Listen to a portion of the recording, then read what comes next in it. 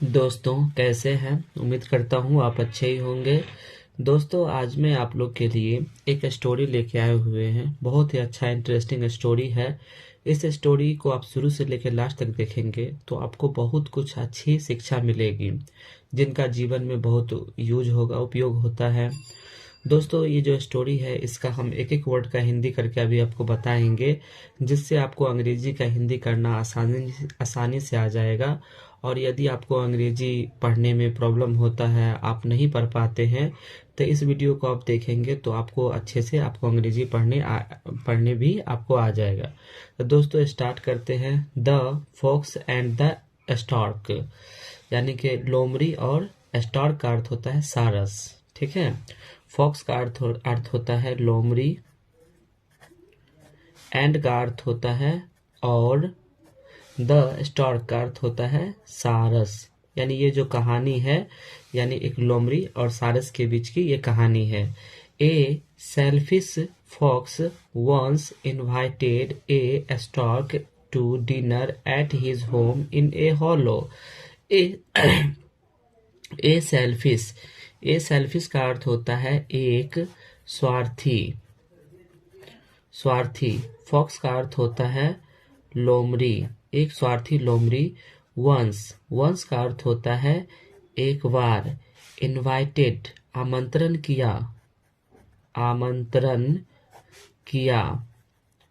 ए Stark यानी एक सारस को टू डिनर यानी खाने को, है ना, खाने को, एट हिज होम अपने घर पर,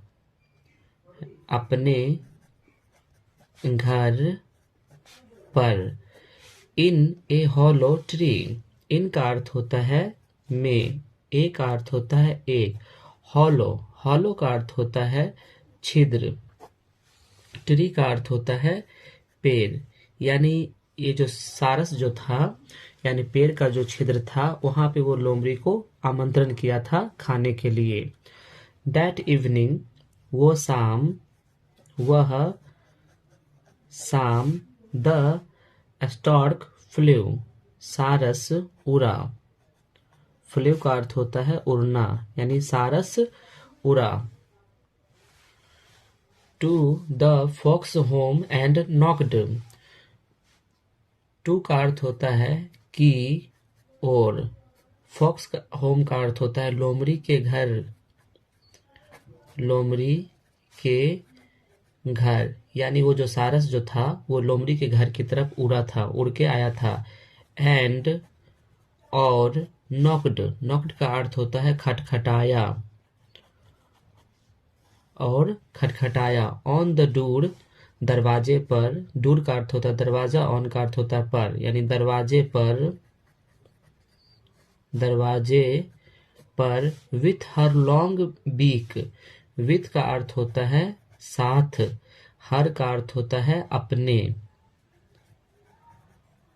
अपने, लॉन्ग का अर्थ होता है लंबे, बीक का अर्थ होता है चोंच।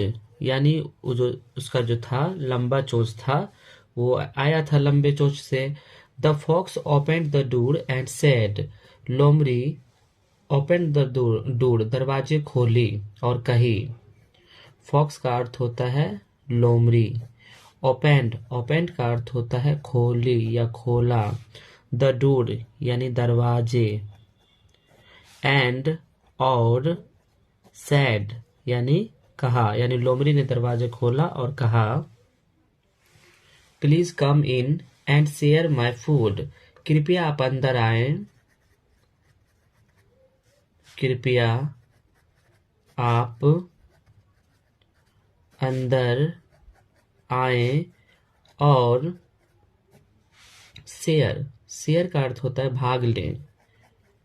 भाग लें। माई फूड मेरे खाने